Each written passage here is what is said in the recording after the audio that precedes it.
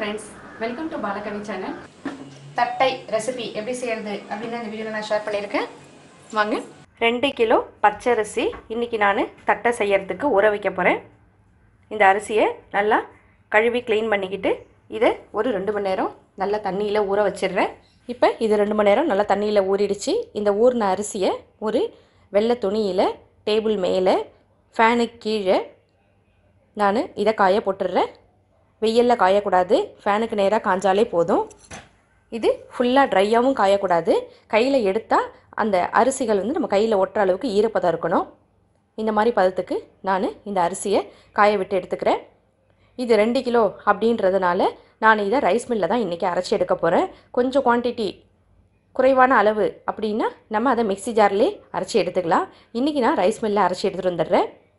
இப்போ இந்த மாவை நல்லா நைஸாக அரைச்சி எடுத்துகிட்டு வந்துட்டேன். இந்த அரைச்சி எடுத்துகிட்டு வந்த மாவை நான் கொஞ்சம் சலிச்சு எடுத்துக்கிறேன்.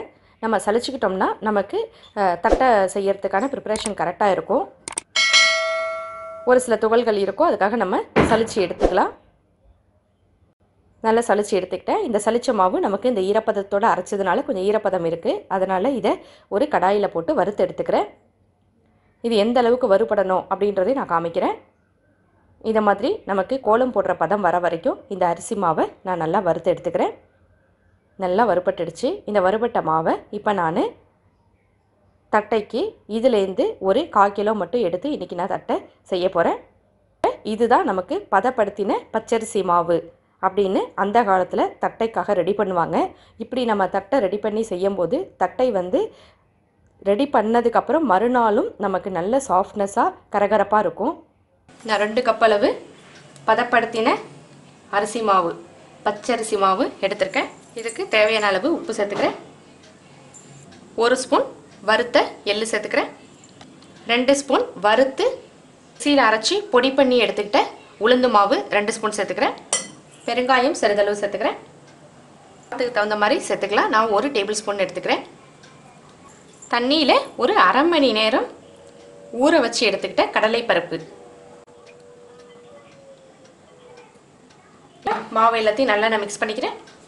மிளகாய் தூளாக போடலனாலும் கூட மிக்சியில் மிளகாயை அரைச்சி பேஸ்ட்டாக கூட இதில் சேர்த்துக்கலாம். ரெட் கலர் போடும்போது ரெட் கலர் மிளகாய் தூள் மிளகாய் வற்றல் அரைச்சி போடும்போது கலர் கிடைக்கும். அது பிடிக்கலன்னா பச்சை மிளகாய் கூட அரைச்சி சேர்த்துக்கலாம். நமக்கு கலர் கிடைக்காது அதில் பச்சை மிளகாயில். ஆனால் தட்டைக்கு இந்த ஃப்ளேவர் கலர் நல்லாயிருக்கும். பூண்டோட ஃப்ளேவர் பிடிக்குன்னா மிளகாயோட சேர்த்து பூண்டையும் அரைச்சி இதில் சேர்த்துக்கலாம். பட்டர் 1 டேபிள் ஸ்பூன் சேர்த்துக்கிறேன். பட்டர் இல்லைன்னா நல்ல எண்ணெய் நம்ம எதில் பொரிச்சு எடுக்க போகிறோமோ அந்த எண்ணெயை நல்லா ஹீட் பண்ணி இந்த மாவோட சேர்த்துக்கலாம். இப்போ கொஞ்சம் கொஞ்சமாக நான் தண்ணி விட்டு மாவை நல்ல சப்பாத்தி பதத்துக்கு நல்லா பிணைஞ்சிக்கிறேன்.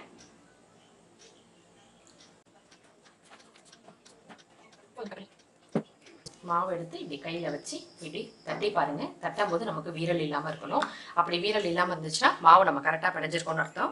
கருவேப்பிலை கிள்ளி சேர்த்துக்கிட்டேன். அதை நான் வீடியோ ஆனில் இருக்குன்னு நினச்சி ஆன் பண்ணிட்டேன். அதை நீங்கள் சேர்த்துங்க.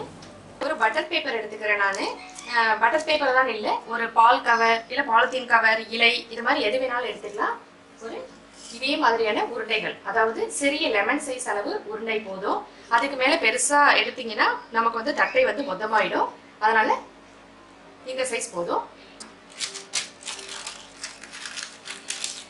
ஒரு கிண்ணம் இல்லைன்னா கிளாஸ் வச்சு இப்படி ஒரு தடவை ப்ரெஸ் கொடுங்க. திரும்பவும் இது மேலே இன்னொரு ப்ரெஸ், திரும்பவும் இன்னொரு தடவை ப்ரெஸ். அவ்வளோதான். இப்போ ஓரங்களில் அப்படியே லைட்டாக ப்ரெஸ் பண்ணிவிடுங்க. அதே மாதிரி இந்த உருண்டையும் நான் செஞ்சுக்கிறேன்.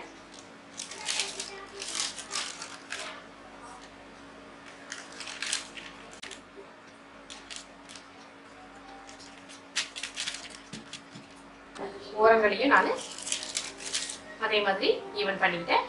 நமக்கு தட்டை போடும்போது ரொம்ப உப்பி வர வேண்டாம். அதனால ஃபோக் ஸ்பூன் வச்சு இந்த மாதிரி லைட்டாக ப்ரெஸ் பண்ணுங்க. ரொம்ப அழுத்தி ப்ரெஸ் பண்ண வேண்டாம்.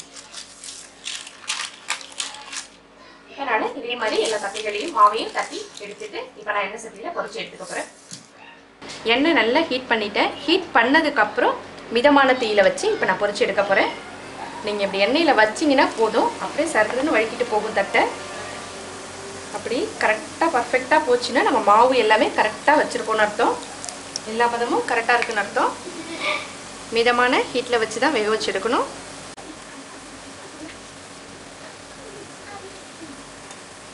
எண்ணெயோட ஓசை இறங்குனதுக்கு அப்புறம் தான் தட்டை எடுக்கணும்.